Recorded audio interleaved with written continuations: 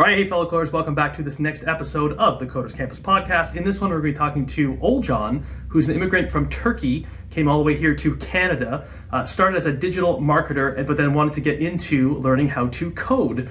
He did a little bit of HTML and CSS on his own, but then decided that he wanted to leverage the power of a boot camp to get a job as quick as possible. So we're going to find out how he spent 4 months of researching boot camps and why he decided to join the Coders Campus Bootcamp after those 4 months. We're also going to find out what he would have done differently had he had the chance to start all over again from the beginning of joining a boot camp.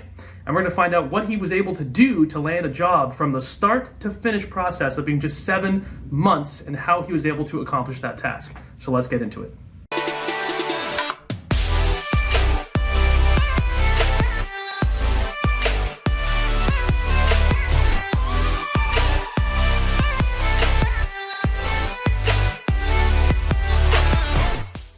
All right. Well, today I'm joined by Ogulcan, who was a excellent student in the Coders Campus Bootcamp. I think he might have finished in record time, so he's definitely one of our star students. But before I go into all those details about him, I want him to tell us about him and his experience in the bootcamp and whatnot. So first of all, thank you, Ogulcan, for being on the podcast. I appreciate it. So tell us, I want you to tell us, like I said before in the little preamble that we did, I want you to tell us about yourself before the boot camp, during the boot camp, and after the boot camp, and we'll get into specifics in each of these. Sure. But for now, tell us a little bit about yourself before the boot camp. So you live in Canada, I believe. Yes. Yes, you're in Canada. And did you do university here or university somewhere else? Were you working at a job? All that stuff. Tell us all about what was life like before the boot camp for you. Yeah, I live in Toronto. I came to Canada like 4 years ago. I came here to study. I did my MBA. It's a postgraduate in Lambton College here. It was on business management. So then I started working as a digital marketing assistant, which was kind of related because it was all about business and marketing, and that was a remote position. So I applied, they hired me. It was kind of interesting because I always had this passion to IT, but it wasn't actually an IT position. It was kind of IT because we were building this e-commerce stores on Shopify, on Kajabi. I was doing the marketing part, but I was the one who built all those websites. So there were these templates where you can easily build any kind of static websites on Shopify. So I wasn't really enjoying that, but I thought maybe I could do more. So I got into this HTML and CSS like everybody else. So it grabbed my attention. I said, maybe I can learn like HTML and CSS so that I can improve my skills. I could be better at what I do using Shopify and Kajabi. I didn't ever think of being a software developer because I thought it would be for people who has a CS degree or something. So I taught myself how to code, like just the HTML and CSS part. So I was good at it. I was able to customize those websites using HTML and CSS. So I said, oh, maybe I could learn JavaScript, which is a programming language. So I tried. At first, I failed. It was a little bit different than HTML and CSS. I tried again because I didn't want to give up. I forced myself, actually, I immersed myself in those Udemy courses and YouTube courses. I learned JavaScript. I wasn't perfect, but I was able to write programs according to the requirements, and I was able to add that thing to Shopify. I integrated my skills into Shopify so that I could create more dynamic websites, storefronts, we can say. Then I said, oh, why not? Maybe I get into software development field. So I don't like designing things. I hate designing actually. I hate front end, but I love programming. So maybe I could learn a backend language like Java. So I started shopping around. I didn't want to learn by myself because I thought that was a huge deal for me to learn a backend language because I didn't know. Okay, so pause. So this is good. Before we get into the transition into the Coders Campus Bootcamp, I have probably a dozen questions that popped up in my head as you were talking through the initial spot. So you moved to Canada 4 years ago. Yeah, correct? right. So and could you speak English before you came here? I don't know what your background was in terms of your language abilities. Yeah, I have a university degree, so it was 100% English. Okay.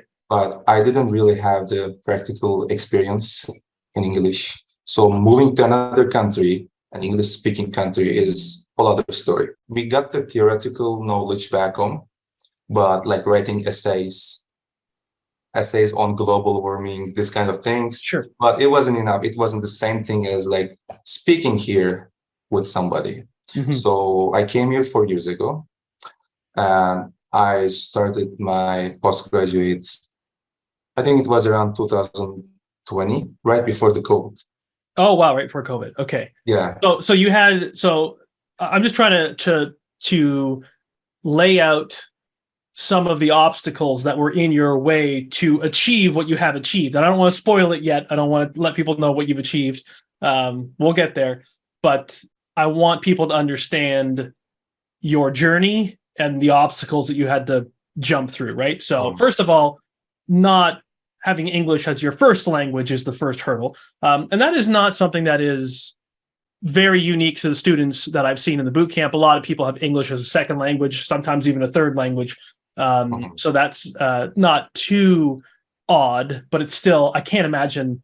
So I sort of know French, but if I had to move to like a French speaking, place and then do everything it would be, I just can't imagine how hard that is.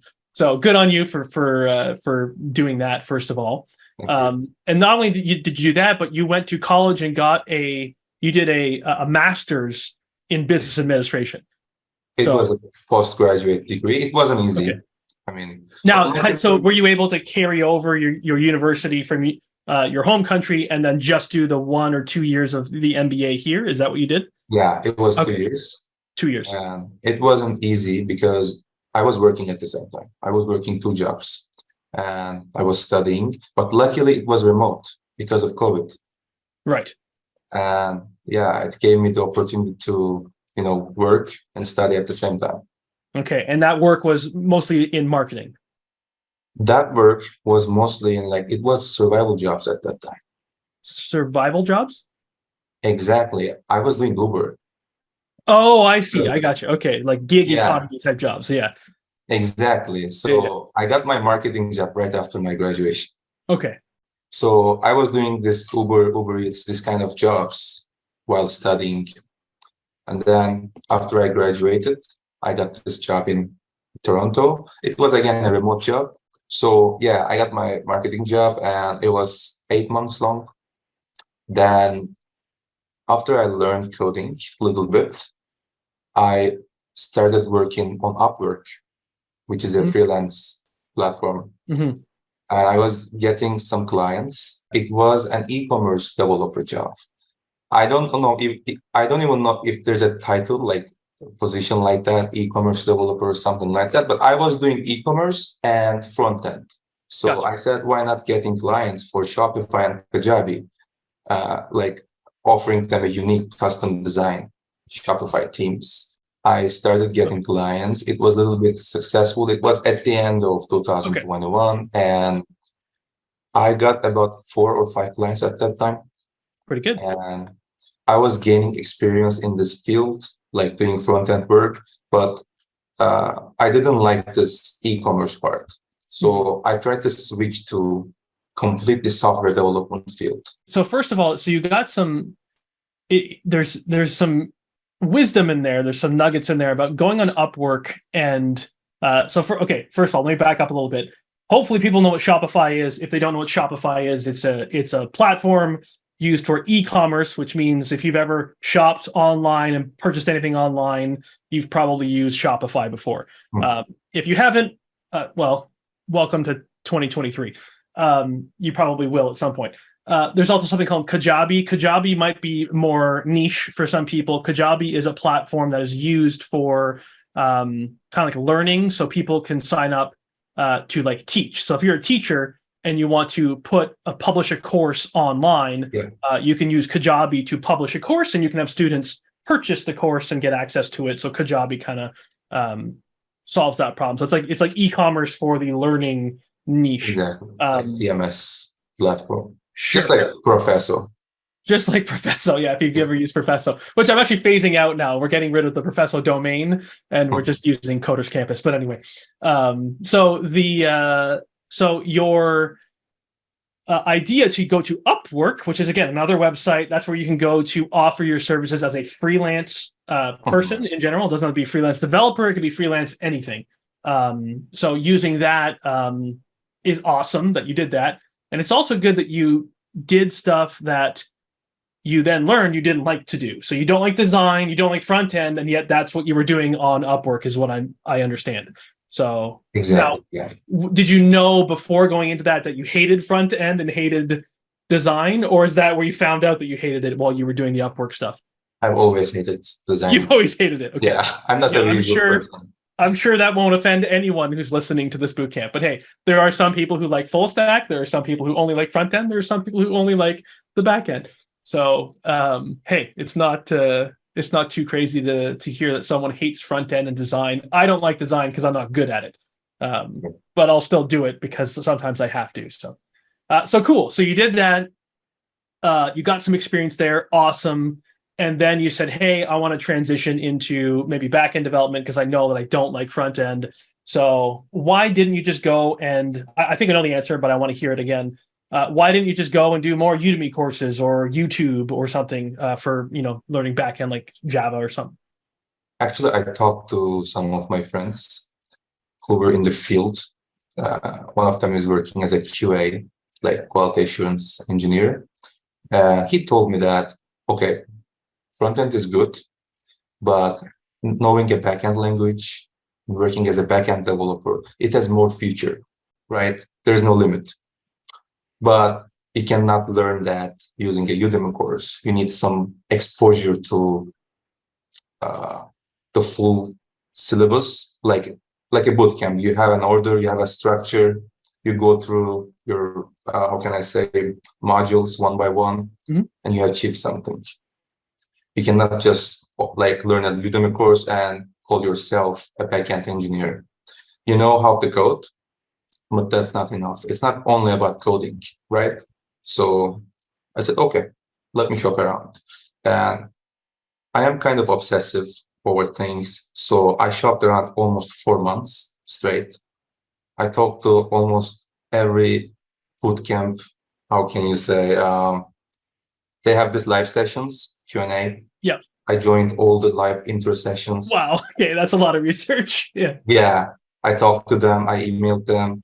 Followed their Instagram pages, and I did my feasibility because it should be, first of all, affordable, and then it should have a good structure. Just because I didn't know what a good structure is for a bootcamp at that time, I had to shop around. During this process, I learned everything about a good bootcamp. Like, especially for Java, there aren't many in the market. Like I think it's like when you look at, there was just a report that was released with all the boot camps, in existence in North America or something. And I think Java was like number 4 or something on the list. So like Python is number 1. And then like the MERN or mean stack is number 2. So using like Node and whatnot. Actually, Java might have been number 3. I forget now. But yeah, it's not the most popular, but from what I remember, I think there's 5,000 of them in North America, which says something that it's number 3 or 4 on the list. So there's a lot more of the other kinds. But anyway, actually, it's usually web development bootcamps, like full stack web development. Yeah, using JavaScript. Yeah. So it wasn't easy to find a good bootcamp. Then I came to know like Coders Campus. I've seen this story of Tyler. Very good. Yeah. He was saying, oh, this is day 1, day 2, day 3. So I said, okay, It seems like a good one. So I emailed you. You answered right away. In I like did? 10 Oh, minutes. good. That's Yeah. that's a little abnormal. I'm usually a little slower these days. Not maybe 24 hours I'll get back, but good. I'm glad It was last summer, so I said, okay, that's the last one, because I obsess over things. I said, okay, yeah, I just, because my email was like very long, like 300 characters, like maybe more than that. You just replied every single question. Mhm. Said, okay, it seems like a good one. So I had this interview with Marcus. Mhm. It was at the end of August 29th, 2022. Then I started. So one of the instructors, Pete, he granted me the access to this professor. At that time, I started right away. In my first checking call, I already finished assignment 1 in like 2 days. Mhm. So yeah, it was really good. Yeah, you were So very fast. So in terms of the so I think there's something to the obsessiveness, right? Now yes, I asked this, you don't have to answer this question, but I've had other people who have excelled at the boot camp who are, diagnosed with ADHD. I don't know if they've ever received that sort of yeah, diagnosis before, or if that resonates with you or anything. But I find that people that have ADHD, and I think I have a bit of it myself, do well with coding. There's something about it that allows you to dial in and really be able to obsess and focus over it. exactly, And so, yeah, whether or not you identify as someone with ADHD or not, there's the obsessiveness. I think, really helps to lead to success in the program. And you went, exactly. like I said, you went very, very fast. So, but anyway, keep going. What else? What else? What other nuggets do you have for us with your time in the boot camp? Okay, I don't even know if I had one. I mean, this ADHD thing, Mm-hmm. but I felt comfortable every time prior to any assignment. So I started anyway. So Pete sent me that link for my very first checking call. So I remember there were David and Ricardo at that time. So it was really, how can I say, it grabbed my attention because they were talking about the 5 pillars of software development at that time. I remember I said, okay, this is what I want, because they're teaching full stack development here with Java, and they have a great structured syllabus and all those assignments. Even if I didn't understand one single thing at my first check-in, I could follow. I said, if I immerse myself in these checking calls, maybe I could learn one or two things from them. So then I set myself a goal. I said, okay, every week I should actually finish one assignment. That's fast. So Yeah. Generally, it's like every other week, maybe that we try to, yes, yeah, maybe even sometimes 3 weeks you get in between. So yeah. every week is that's a good goal. So I didn't know how hard they were, the assignments. So I finished my first assignment. It was a HTML and CSS. It was pretty easy, peanut. Then on my second assignment, I've seen what Java is, but still I could be able to finish it within maybe 3 days, 2 days, I don't know. And then on the third assignment, I hit the brick wall. There we go. It's a common thing for all boot campers. At Assignment some 3, point, you're going to hit that wall and you're going to say, oh my God, what did I get myself into? What yeah. am I doing? I don't know anything. I'm too stupid to be here. Oh my God. Yeah. I said, oh, what's that? This OOP thing, and there are so many requirements here. And my reviewer was Roche. Mhm. She's a little bit hard, She's tough. and She's tough. yeah, she's definitely she's tough. And Yeah. I got my assignment 2 back, and there were a couple of discrepancies, but I was really appreciated this feedback, because even if she is tough, her feedback was amazing. I Yeah. said, So okay, for the people listening who might not know, Roche is one of our coder viewers. I think she has as much coding experience as I do. She might even have a bit more. I think she has 15-ish, 10 or 15 years of experience, and she's a fantastic. She follows my instructions well in terms of so she's tough on the code reviews because I ask her to be tough.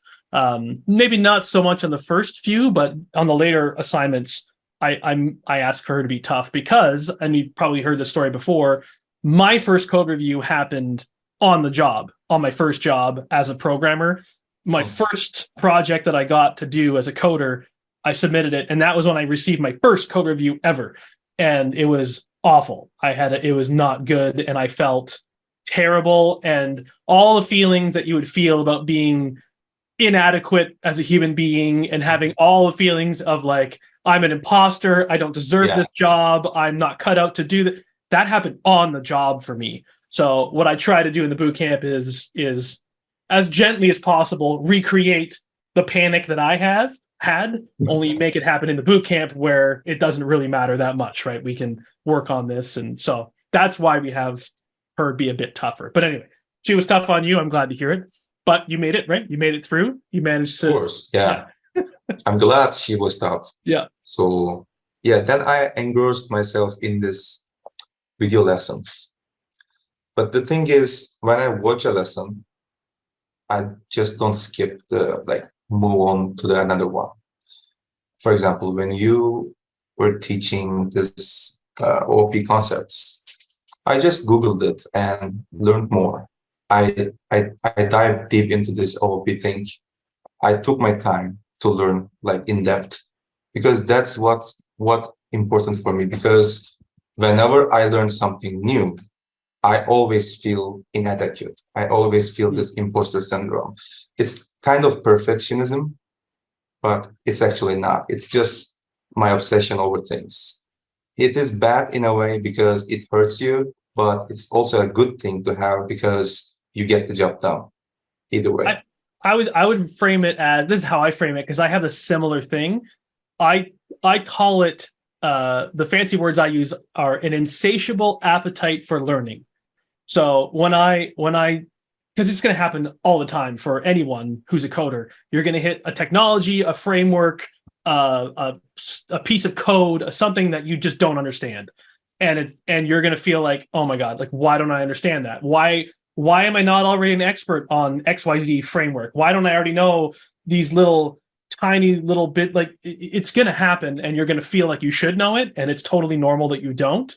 And that's one of these secrets that is not a secret for senior level programmers. Someone like myself with 10, 15 years of experience, I hit these all the time. And I just call it normal, and I call it an opportunity to learn something. And I get excited about it because it's like, hey, this is something I've never done before. And a quick example, without rambling too much, because I tend to ramble, is right now I'm going through and I'm redoing some of the spring security lessons in the boot camp, because I received feedback from students saying the spring security lessons are out of date. Okay, fine. So I'm going over and I'm redoing them. And I hit some stuff just today where I was like, why is that not working? I've never seen that before. Oh no. And then I have to go and learn about it. And so, yeah, this happens all the time, and it's so totally normal. And it's so much of this game is a mindset game. It's convincing yourself that you are good enough and that you should keep going. And it's the people who convince themselves the other way, that they are not good enough and that they, are inadequate and they are too dumb or are too this or too that. Those are the people who do end up failing because they convince themselves that they can't do it. And the popular quote that I use I forget who it was that made it. It's whether you believe you can or you can't, you're right. I forget if that was Ford or someone in the past, but yeah, you can literally convince yourself that you can't do it. And guess what? The outcome will be that you can't. Or you can do what you did, Ogulcan, and say, let me just keep going. I can do this. I can figure out a way. I'm going to obsess about it. Because that leads to phenomenal progress. I think you were the fastest student ever to go through the boot camp. I'm pretty sure you were the fastest. So I know your internet just froze there. There we go. Now you're back. I was just saying you're the fastest student ever. So what was the secret behind you being the fastest student ever? Was it because that you set a goal for yourself to do one assignment a week, or something else, or a whole bunch of things? What was the secret? Yeah, first of all, I was consistent. Consistent? Yeah, even for an hour, even if I don't have any time to do the assignment, at least half an hour, I sit here and do some coding, and it motivates me. Okay. And I was patient, consistent, and obsessed over things. But I had this mindset shift because at the same time, I was all over. Like I get sidetracked very easily. When I'm doing something, something pops up and I Google it, I do this, it takes all my time. So I said, okay, I need to have this mindset shift, because if I go like this, maybe I'll be able to finish the bootcamp, but in the long term, it will hurt me. It was around like when I was doing assignment 4 or 5, I'm not sure. Then, I talked to Pete. I I expressed myself actually. I said, okay, I have a problem. Can you point me into the right direction? Because I'm able to do things. I know that I can do it, and I never give up. But I need some guidance, And because if I continue like that, it's gonna hurt me. So Pete is one of our instructors, just in case people don't yes, know. Pete's one of the instructors. So you yeah, went to him for help and you brought it up. Great. yeah, and he did, like he was great. He explained me everything, how things work in the software development field and how good I was. He convinced me that I could do it. And I said, okay, no more like getting sidetracked. I'm gonna focus on my assignments. I'm gonna finish the bootcamp as soon as possible so that I can look for jobs and I can improve my skills on the fly. So I did. It took me 4 months to complete the whole bootcamp, including my final project. And actually, I got hired. You hired me. It was my second month or something. I started teaching, like running those foundation checking calls. We have this foundation program, and it was for real beginners. Yeah, And yeah, it was a really good experience for me, because when you teach something, you also learn something. that's right. Yeah, And just to shed some light on this, so this is something that some boot camps will take flack for, like negative feedback from the people on the outside, because it's like, oh, look at this boot camp. They're just hiring their own students so that they can say that their students are getting jobs, right? So if I doubt people in my audience are thinking that right now, but just in case there are people who are, first of all, it wasn't necessarily me that hired. It was Pete that brought it up as the idea. yeah, that's right. Pete is the instructor, and he was getting swamped with time and whatnot, and with questions, and he was like, Trevor, I need help. I think we should consider hiring. He gave me a list of 5 people, and the top 2 were the ones I ended up saying, okay, we'll give these guys a shot, we'll hire them, and you were one of them, Ogulcan. And yeah, it was basically you come in. When you being a listener come in and you are a brand new student in the boot camp, and you have like no prior experience or whatnot in coding, or even if you do have some, you start with Ogulcan and Tyler are the instructors that help you. Not that you can't talk to Pete as well, but you can absolutely talk to Pete or me. But that's just your instructors and sort of mentors when you first begin. I think until assignment, I don't even remember, 4 or 5. You're in there until around Maybe there. it was 7 or 8 at that time. Assignment which? Assignment 7. No, I mean for students coming in. Yeah, it is. It is until assignment 5. Once you're Until done with assignment 5, okay. you're out. Then you're out. You get booted out, and that's a good thing. You want to get booted out of the foundations program, and then you go on to the full stack and what so on and so forth. So we identified pretty quickly that you had a talent when it came to learning this stuff, and you had a talent when it came to or I shouldn't say talent, but passion. We could tell, right? You really were interested in this stuff and you like this stuff. So we had you and Tyler come on board, and you guys are still here. But that's not what makes this whole story super special, because you did that, you got hired, you did the stuff, and then you went on and you graduated from the boot camp, and you started your job search. So if you want to transition into the job search, what was that like? Because everyone hears about how awful the job search is and how demoralizing and tough that whole process is. And I don't believe that you were immune from all of that, but I'll let you tell me. What was the job search like? Job search. First of all, I want to say, when I was going through the bootcamp content, I was working like 2 jobs, and it wasn't easy for me because I was doing full-time Uber job. Then I was having these clients from Australia, like my freelance clients. I'm still working with them. And I was going through the boot camp and I was teaching Java Foundation. So I had a goal. That's the most important part. I set a goal and it helped me move forward, right? That's the most important thing. Otherwise, if I didn't have any goal, I wouldn't do anything because it requires a lot of effort and commitment. So I had that goal in my mind. Okay, I'm going to finish the bootcamp and I'm going to have a job as a software developer. So I finished the bootcamp. I actually developed 3 or 4 final projects, and Pete was amazed. He was saying, "Look at that guy! Like even doing one takes months. He's doing like 4 or 5 final projects in a short period of time." Because I was trying myself. I was challenging myself. I needed that portfolio for the potential recruiters. So I did my best. Then unfortunately, I don't want to like demotivate anyone, but at that time, the market was really bad. It was really slow and I was frustrated. I lost my way. Like I was applying every day. I get this course with David Roberts, I think. Yeah. Yeah, David is one of our, he's kind of like a mentor and a teacher around this process, around the process of applying to jobs, how to tweak your LinkedIn profile, how to tweak your GitHub portfolio, how to tweak your resume, and tips on other things that you can do to stand out from the crowd, and so on and so forth. So you did his course and interacted with David? Okay. Yeah, he really helped me. I just, I didn't know how to make a resume properly for this job.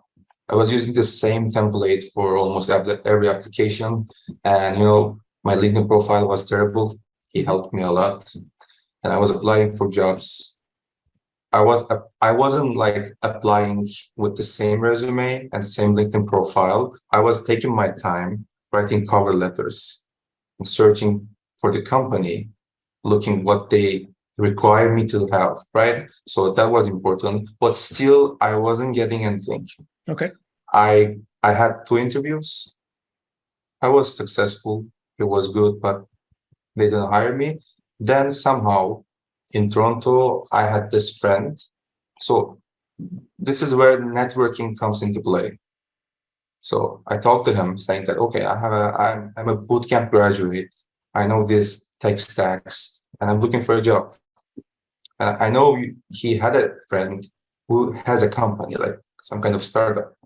So he introduced me with that guy. We talked. He said, okay, I'll give you a shot and you will get an interview next week. I said, okay, I have enough time. So I did my homework because it wasn't a Java position. It was full stack, like MERN, like Mongo, Express, React and Node. And I took my time. I studied all those data structure algorithm because I didn't know, what I'll be asked. I did my best. I had the interview. He was really happy with me. He said, "Oh, you know it all." Like as if you've been working in the industry for like 10 years. He said, "Oh wow, you had 10 years. Okay, that's pretty exactly." Good. So I was surprised.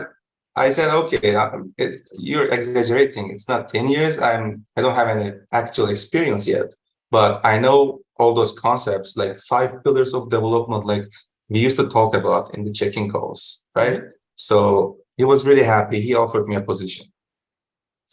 And he said, okay, it's not actually a beginner, like entry-level position. It's not intermediate as well. It's in between.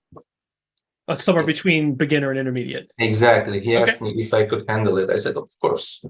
Because, of course, you said, of course. Yeah, I'll do it. I said, of course, I could handle it. No problem. He hired me, and it's been almost 2 months. I've been working with him. We have a bunch of different projects. He is actually kind of a contractor. It's like a SaaS, software as a service. So we have a bunch of projects with big enterprises. So it's not easy, but I'm now getting the full exposure, what it is like working as a developer in an agile environment. And I think I'm doing good. I'm enjoying it. I'm happy. That's all it matters. That's right. And Yeah, that's my journey. Like in 1 year, I could be able to finish a bootcamp. And I've been teaching in that bootcamp for a while, and I got my job, first developer job in this market. So I think it was a success. I don't have this imposter syndrome anymore these You days. don't? Oh, good for Yeah, you. Okay. because I told you I had this mind shift. So it really helped me. I took my time. I got COVID during boot camp, so I had to take a break for a week. And at that time, I thought about this. I said, okay, I need to get rid of this imposter syndrome. I don't care about the trends because it's like a trend in software development field. Everyone has imposter syndrome, but not necessarily you have to have it, right? True. So yeah, that was my journey. And I don't know if you have any questions. Yeah. So for sure. Now I'm already going way over the time that I want to, but I definitely want to follow up on a few points. So, you did the boot camp in about 4 months.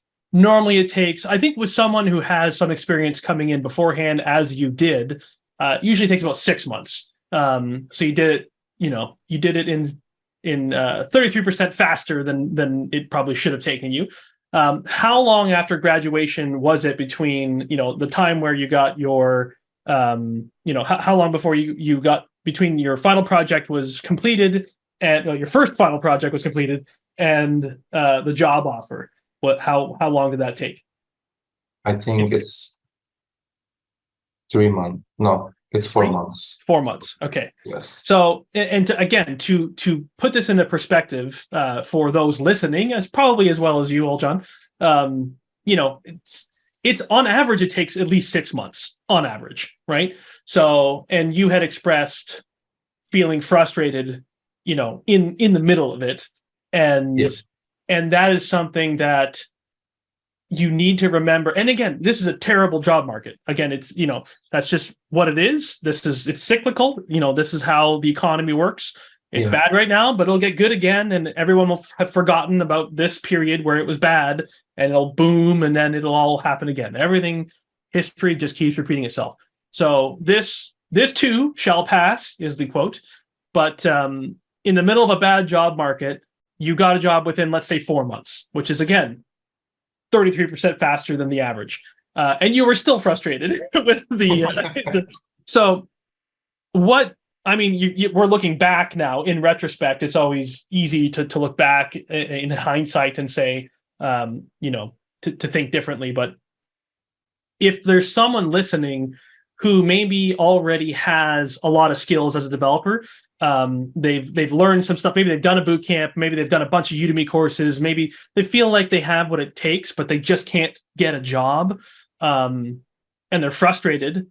And maybe they're past 6 months. Maybe they've been 6 months. Like, what do you think helped you the most? So you got this job through a friend, through networking, but I'm sure if you went further out, your efforts with applying to jobs and making custom resumes and custom cover letters would have paid off eventually. I think that would have. But what would you say, or is there anything, any tips, any tricks, anything that you can talk about to someone who might have been in your position who was frustrated because they're not getting job interviews or offers? So I would say never give up. That's really important. Cheesy, but true. Yeah. Keep going, keeping going. That's really important because if I gave up, I wouldn't met this guy. I wouldn't have my job. So first of all, consistency is really important. You will get frustrated. Yeah, you're going to get frustrated. Yeah, you're going to get frustrated anyway. So forget about your emotions. Do what you got to do. And in retrospect, I would say I should have taken my time during bootcamp because it's not a sprint, it's a marathon. Just take your time, because I could be able to finish it in 4 months, but I spent another 4 months looking for a job, right? So take your time, don't rush it through, and try to learn everything. You wouldn't know everything, right? In programming, no one knows everything. But try to immerse yourself in almost any kind of topic, any kind of concept, Like if you're learning about OOP or arrays or something like that, dive deep into it. It wouldn't hurt. And networking would be my second advice, because without networking, no matter how good you are at what you're doing, if you don't know someone who is in the field, there's no point. Yeah, Just, or almost no point. Yeah, exactly. yeah, get to know people who are already working in the field. And how did you get to know this friend of yours? Is this someone you knew from a long time ago? How did you meet this person that ended up introducing you to someone? No, I just met him, like, I just seen him twice. They were talking about his friend, and I overheard. I said, "Oh, is it in IT? Like he is working in IT?" He said, "Yeah, he has a company, like startup." So you just like ran into this person, like you just knew him through Yeah, exactly. random events, through a dinner, through like how did you meet this person who? I have my friend who has a friend who knows. But how did you meet the guy who knows a guy? The original friend? Yeah, how did you meet the original person? Yeah, actually, yeah, my actual friend, my best friend, knows. Oh, that's who it is. It's your best friend. Who knows a guy? So it was like a coincidence, but actually, I just pushed hard. I said, "Oh, I'm looking for a job. Do you know anyone?" He said, "Yeah, I have a friend, and whose friend is working in IT. Actually, he has a company." So that's how it happened. But when I was doing Uber, I used to pick up people, and I used to have a little chat with them. "Oh, what do you do for a living?" And even like if they're from IT, I used to, like, if I get to know someone, I'm talking about my experiences. If we have something in common, okay, just they're saying like, "Okay, give me your number. Maybe something comes up and we can have a chat." Or here's my email. Like, send me an email. Send me your resume. This is how you build your network. Otherwise, if you sit in front of a computer and do coding all day, nothing is going to happen. That's right. You need to know somebody. That's really important. There was so David, who runs the program that we have, who does all the mentorship around the job search and whatnot. He would tell me, and I think he told you guys, the best person for the job probably won't get it. So if you're the best person, like you have all the skills, you have all that, you are the best, most qualified candidate, it's just not enough, because you probably won't get it, because someone who has a better network than you, or someone who is more, I don't know, extroverted, or who is friendlier, or who is able, I don't know, will probably get the job offer, right? So you have to, it's an annoying game to play, but that's what this is. It's a game.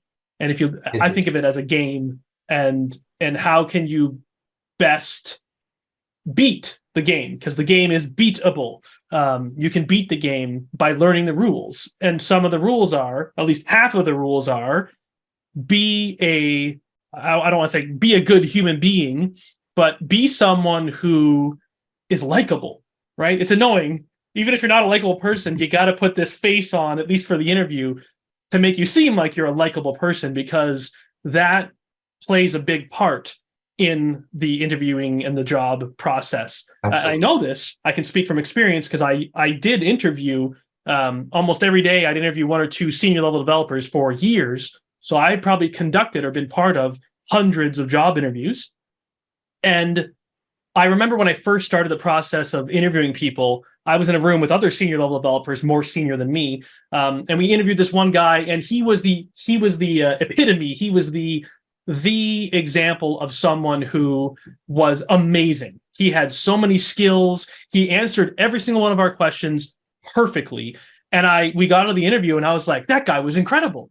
Like, we got to hire him. And my colleague turned to me and he said, I would not hire that guy if, like, whatever, I forget what expression he used, but he's like, we're not hiring that guy. And I looked at him and I was like, what do you mean we're not hiring that guy? He was incredible. And he was like, Trevor, did you notice how he did this and how he said that and how he approached this? And he wasn't talking about his skills as a programmer. He was talking about how he behaved in the interview. Yes. He had this aura, this whatever you want to call it, of arrogance. He was an arrogant person. And my colleague picked up on that. And I kind of noticed that he seemed arrogant, but I was like, he should be arrogant. Look how good he is. But he lost the job because of it. He did not get the offer because he was arrogant. So the best person doesn't necessarily get the job offer. It's That's right. a well-rounded person. So you got to play that game. You got to learn those rules, and that's something that David, at least in the boot camp, can teach. So anyway, long story short, I do want to start closing off this conversation. So from start to finish, from immigrating to Canada, within 4 years, you've got a job now as a programmer doing your thing in this exciting startup, I guess you can call it. Yeah. And you're working as a developer, and soon enough you'll be years out and you'll be getting raises, and I can't wait to hear all the rest of your story. We'll have to check in with you again to see in a few years how things are going. But is there anything else you want to leave the audience with? Is there any tidbits, anything that you'd want to say? It's okay if you have nothing, but anything that you want to say to the people listening right now, now that we're at the end of this interview? Just try to be proactive, as David Roberts always say. I think it's not only about coding skills, it's human skills, like soft skills. You need to have soft skills. You need to be able to communicate with people, and don't be arrogant, even if you know too much. My advice would be to never give up. There will be obstacles on the way, 100%. It's not a straight line to the happy ending. It's like you need to push hard. You will have ups and downs. Never give up. If you have a dream, have a goal in your mind. Set a goal. Say that, okay, I'm going to reach that dream. I'm going to achieve my goals in 4 months. It can be 5, 6 months, but you still have a target, have an aim to go, right? This will help you. This will keep you motivated. Even if you feel down, never give up. I think that would be the best advice that I could ever give. It's advice that I give too. What I attribute my success to in my career, both as a software developer and as the person who runs this boot camp, it's my desire to learn new things, and I don't give up. I'm pretty sure I've said that on a podcast before, but those are the two things I attribute all of my success to. I don't give up, and I never stop learning new things. And it doesn't have to be about coding either. I learn new things all the time that are completely unrelated to coding. Another example I use, I built a shed. I've never built anything in my life. I built a shed. There's like a tiny home so that I could put solar panels on top, and so I can make an off-grid solar system in my house. So I have solar panels feeding to battery backup, and so if I ever lose power, I can still have power. I didn't know a thing about any of that before I did it. So I don't know. It was something I wanted to do, and I just want to learn. So it's good advice. Cool. So now, if anyone wants to reach out to you and talk to you specifically, would you want to leave any information, like your email address or your LinkedIn or something, where people could actually reach out to you? Of course, yeah. Why not? Yeah. So would you prefer LinkedIn or email? We can just drop your LinkedIn profile in the show notes, or you can share your email address. I would prefer my LinkedIn profile. Sure, let's do that. So in the show notes, if you're listening to this on YouTube, obviously go to the description below. If you are watching or listening on a podcast, show notes will have a link to Ogulcan's profile, and you can click on it and send him a message or connect with him. I guess that's one way he can build. You guys can build each other's networks that way. Definitely connect with him and ask him questions. So thanks so much for doing this. We'll have to check in again with you and see how you're doing in like a year or two, and see where your career has taken you. Thank you for the opportunity, Trevor. Always a pleasure.